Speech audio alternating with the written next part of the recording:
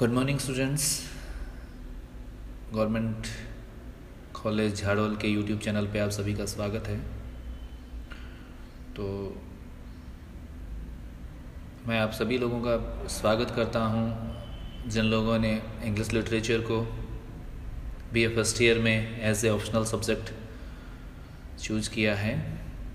So today we are going to start our syllabus. Okay, so there are many poem in our syllabus. Okay, so the first poem in our syllabus is written by William Shakespeare. Okay, and the title of the poem is When the Session of Sweet Silent Thought. Okay, so this is also called sonnet number 30, mean 30वें number का sonnet भी इसको कहा जाता है। तो अब हम देखते हैं कि this is a sonnet, mean this poem is a sonnet. But before going to the poem we need to know about sonnet. हमें ये भी जानना होगा कि सोनेट एक्चुअली होता क्या है, क्योंकि हमारे सिलेबस की बहुत सारी जो कविताएं हैं वो क्या हैं, सोनेट होता है, मतलब सोनेट हैं। तो हम देखते हैं कि सोनेट क्या है। So first of all I am going to define it. So the definition of sonnet is the word sonnet is derived from the Italian word sonetto, and the meaning of the word sonetto is lyrical song, or we can say a little lyrical song. ठीक है, एक song होता है that is to be small, छोटा होना चाहिए, and there must be a quality of singing, इसमें इसको गाया जा सके। ठीक है, so here the little mean a song और पोएम रिटन इन 14 लाइन्स। तो अब देखो यहाँ लिटिल सॉन्ग था, तो we have confined the word little, mean the poem must be only in 14 lines, there must not be more और less then 14 lines. ना 14 से कम होनी चाहिए, ना 14 से ज़्यादा होनी चाहिए। यदि कोई कविता 13 लाइन की है, यदि कोई कविता 15 या 16 लाइन की है, वो कविता सोनेट नहीं हो सकती। लेकिन अब हर 14 लाइन की कविता सोनेट हो ये भी जरूरी नहीं है। क्यों जरूरी नहीं है, हम आगे देखते हैं। This kind of poem is written in iambic pentameter. इस तरह की जो कविता है वो आयम्बिक पेंटामीटर में लिखी जाती है। Mean each line has 10 syllables. Her line में कितने सिलेबल होने जरूरी हैं, 10 सिलेबल्स होने जरूरी है। It has a specific rhyme scheme. इन्होंने और कन्फाइन करा है कि इसके अंदर एक पर्टिकुलर राइम स्कीम होनी चाहिए, तुकबंदी का कोई पर्टिकुलर पैटर्न होना चाहिए। And then it has a volta और a specific turn. Here volta mean a turn in thought. चलो वोल्टा की हम बाद में बात करेंगे। ठीक है, तो मैं एक लाइन में इसको पढ़ने की कोशिश करूंगा। The word sonnet is derived from the Italian word sonetto which means a little lyrical song. Here little mean a song or a poem written in 14 lines.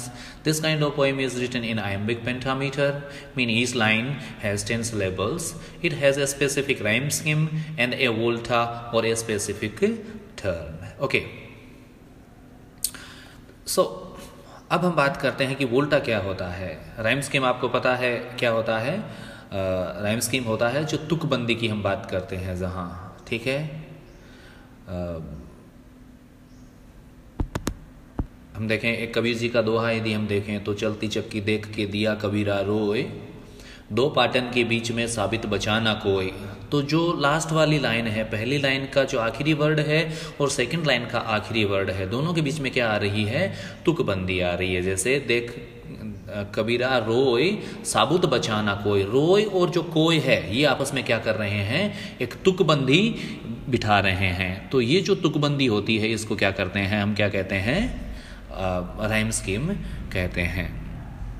अब हम बात करते हैं वोल्टा की। ठीक है, तो volta is turn in thought. Okay, जब एक सोनेट में हम क्या कर रहे हैं, किसी एक थॉट को हम चलाए जा रहे हैं शुरू से लेके और काफी देर तक हम क्या कर रहे हैं, एक विचार को प्रस्तुत कर रहे हैं। ठीक है, जैसे कि मेरे साथ ये भी हुआ, मेरे साथ ये भी हुआ, मेरे साथ ये घटना घटी, मैं ये भी हुआ, मेरे साथ वो सारी चीज़ें हुई, लेकिन इन द एंड यदि कोई चीज़ पैरेलल चल रही है, सही सही चल रही है, तो उसमें उसका फ़ायदा ही क्या है। एक कहानी है, उसमें किसी तरह का कोई टर्न नहीं आता है, उसमें किसी तरह का कोई बदलाव नहीं आता है, कोई उतार चढ़ाव नहीं आता, तो उस कहानी का कोई मतलब नहीं रह जाता है। उसी तरह से एक ही विचार को यदि एक कविता में प्रस्तुत किया जाता है तो उस कविता का कोई मतलब नहीं रह जाता है। तो यहाँ ये कह रहा है कि जब सोनेट में एक विचार में बदलाव आता है कि मेरे साथ ये बुरा हुआ, मेरे साथ ये बुरा हुआ, मेरे साथ ये बुरा हुआ, मेरी पीठ पे कोड़े मारे गए, या फिर मेरे को परेशान किया गया, मेरे को ये किया गया, मेरे को ये किया गया, लेकिन हम अचानक से कहें कि इसमें क्या है, अब मैं तो इसका कुछ नहीं बिगाड़ सकता, सामने वालों का कुछ नहीं कर सकता, लेकिन भगवान इसका बदला लेगा। मतलब कि आपके अंदर नेगेटिव चीज़ें चल रही थी, अचानक से एक पॉजिटिव चीज़ आ गई। ठीक है कि ये सारी चीज़ें जो ये जो यातनाएं मुझे दी जा रही हैं, शायद मेरे पिछले जन्म का फल होगा, या हो सकता है कि इससे आपके आने वाले जन्मों के कर्म सुधर जाएंगे, या ये हो सकता है कि आप और मजबूत हो जा रहे हो, आपके विचार में कोई बदलाव आता है, वो क्या कहलाता है, वोल्टा। जब हम कोई कविता पढ़ेंगे तो हम इसको अच्छे से व्यवस्थित तरीके से समझने की कोशिश करेंगे कि what is a volta. Okay, and next, generally these sonnets are divided into different group based on the rhyme scheme they follow। अब जो rhyme scheme होती है उसके आधार पे इसको अलग अलग तरीके से अलग अलग ग्रुप्स में बांटा जा सकता है। तो हम यूजुअली हम देखते हैं कि हमारे सिलेबस में हम देखेंगे, या फिर हम देखते हैं इंग्लिश लिटरेचर के इतिहास में, तो basically they are 2 type of sonnets। One is Petrarchan sonnet, then there second is Shakespeare sonnet. ठीक है, तो पेट्रार्कन सोनेट को इटालियन सोनेट के नाम से भी जाना जाता है, और शेक्सपियर सोनेट जो है उसको इंग्लिश सोनेट के नाम से भी जाना जाता है। तो हम एक तो कह सकते हैं इटालियन सोनेट, और दूसरा हो सकता है इंग्लिश सोनेट, या फिर यदि किसी नाम से जानने की कोशिश करें तो there is Petrarchan sonnet and then there is Shakespearean sonnet. So first of all we are going to deal with Petrarchan sonnet. We are to discuss Petrarchan sonnet. What kind of sonnet is called Petrarchan sonnet? So the first and most common sonnet is the Petrarchan sonnet, or it is called Italian sonnet also. Okay, and it was named after its greatest practitioner, the Italian poet whose name is Petrarch. Okay, ये एक Petrarch नाम का एक poet हुआ करता था Italy का, जिसके नाम पे उसने ये 14 लाइन की जो कविताएं हैं उनकी प्रैक्टिस करी थी। उन्हें बहुत सारी ऐसी कविताएं लिखी थी जो कि 14 लाइन में लिखी गई थी, और उन्होंने वो नॉर्म्स भी फॉलो करे थे जो कि हमारी डेफिनेशन में बताए गए हैं। The Petrarchan sonnets is divided into 2 stanzas. अब देखो यहाँ क्या है, ये जो पेट्रार्कन सोनेट्स होते हैं या फिर जो इटालियन सोनेट्स है, that is divided into stanzas. First is Octave देखने की कोशिश करना। Octave the first 8 lines of the poem. शुरुआत की देखो 2 स्टेंजा है, तो पहले की जो 8 लाइन है वो क्या कहलाती हैं, ऑक्टेव कहलाती हैं। तो देखो 14 में से 8 निकालने के बाद में बचा कितना, 6। And the following stanza is the following stanza contains only 6 lines। ठीक है, तो that is called sestet। तो पहली जो 8 लाइन है उनको ऑक्टेव कहा जाता है। सेकंड स्टेंजा जो है उसको क्या कहा जाएगा, सस्टेट कहा जाएगा। ठीक है, अब मैंने कहा कि इनके ग्रुप को इनको डिफ्रेंशिएट करने के लिए जो ग्रुप बनाया जाता है, या फिर इनको अलग अलग करने की बात करी जाती है कि पेट्रार्कन सोनेट, तो इनका आधार बेसिकली इनकी राइम स्कीम होती है कि राइम स्कीम के आधार पे इनको क्या किया जाता है, अलग अलग बांटा जाता है। ठीक है, तो इसकी जो राइम स्कीम होती है, पेट्रार्कन सोनेट की जो राइम स्कीम होती है, दैट इज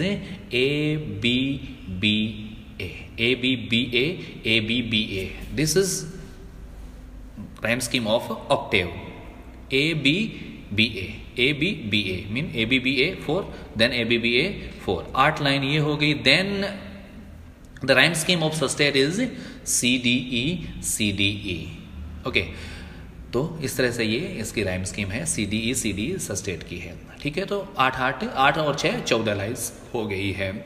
थॉमस येट नाम के एक पोइट थे, जिन्होंने पेट्रार्कन जो सोनेट है उसको 16th सेंचुरी के शुरुआत में इंग्लैंड में इंट्रोड्यूस करा था।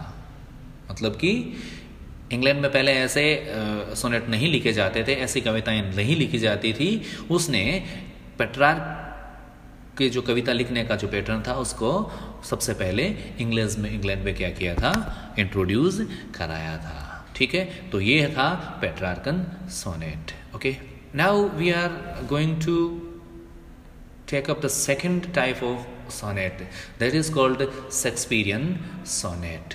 Okay, the second major type of sonnet is Shakespearean sonnet, or we also call it English sonnet, that follows different set of rules.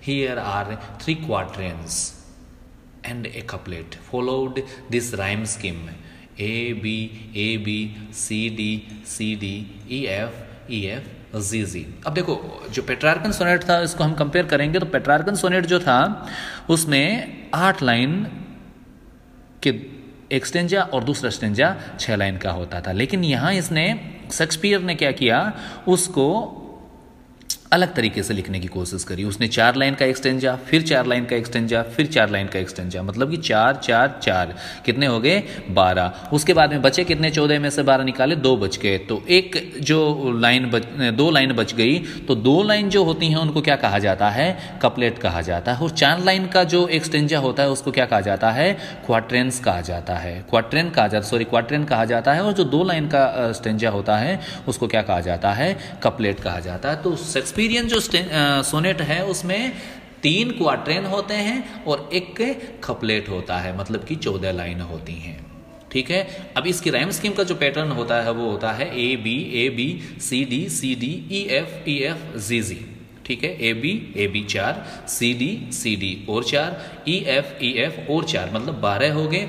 और जो आखिर के जो 2 लाइन होती हैं जिसको हम क्या कहते हैं, कपलेट। कपल से देखो, कपलेट कहाँ से बना है, कपल से बना है। मतलब कपल का मतलब होता है जोड़ा, तो एक लाइन का जोड़ा। ठीक है, मतलब 2 लाइन्स जो हैं उनको क्या कहा जाता है, कपलेट कहा जाता है। तो जो कपलेट होता है उसकी राइम स्कीम क्या रहेगी, जी। ठीक है, और ये सिर्फ ये शेक्सपियर ने नहीं किया था, एडमंड स्पेंसर था जिसने कि शेक्सपियर से पहले ही क्या किया था, इस तरह के सोनेट लिखना शुरू कर दिए थे। तो ये कुछ सोनेट के बारे में हमें जानना था और आई होप कि आप लोगों को समझ में आया होगा। टाइम अभी कम है क्योंकि हम 15 मिनट से लंबा लेक्चर वीडियो बना नहीं सकते। ठीक है, तो ये चीज़ें हैं, वो कुछ सोनेट के बारे में मैंने बताई, और बाकी कुछ चीज़ें हम आने वाले लेक्चर में भी मैं बताऊंगा जब हम विलियम शेक्सपियर का जो ये हमारे सिलेबस में जो भी कविता प्रिस्क्राइब्ड है, when the session of sweet silent thought. ठीक है, तो किस तरह से ये एक सोनेट है और किस तरह से इसमें राइम स्कीम को फॉलो किया गया है, किस तरह से एम्बिक पेंटामीटर का प्रयोग किया गया है, कहाँ वोल्टा का प्रयोग किया गया है, ये हम उसमें देखने की कोशिश करेंगे। अभी तक के लिए धन्यवाद। बाकी यदि कुछ प्रॉब्लम्स हो तो कमेंट सेक्शन में लिखना, मैं बताऊंगा आपको। धन्यवाद।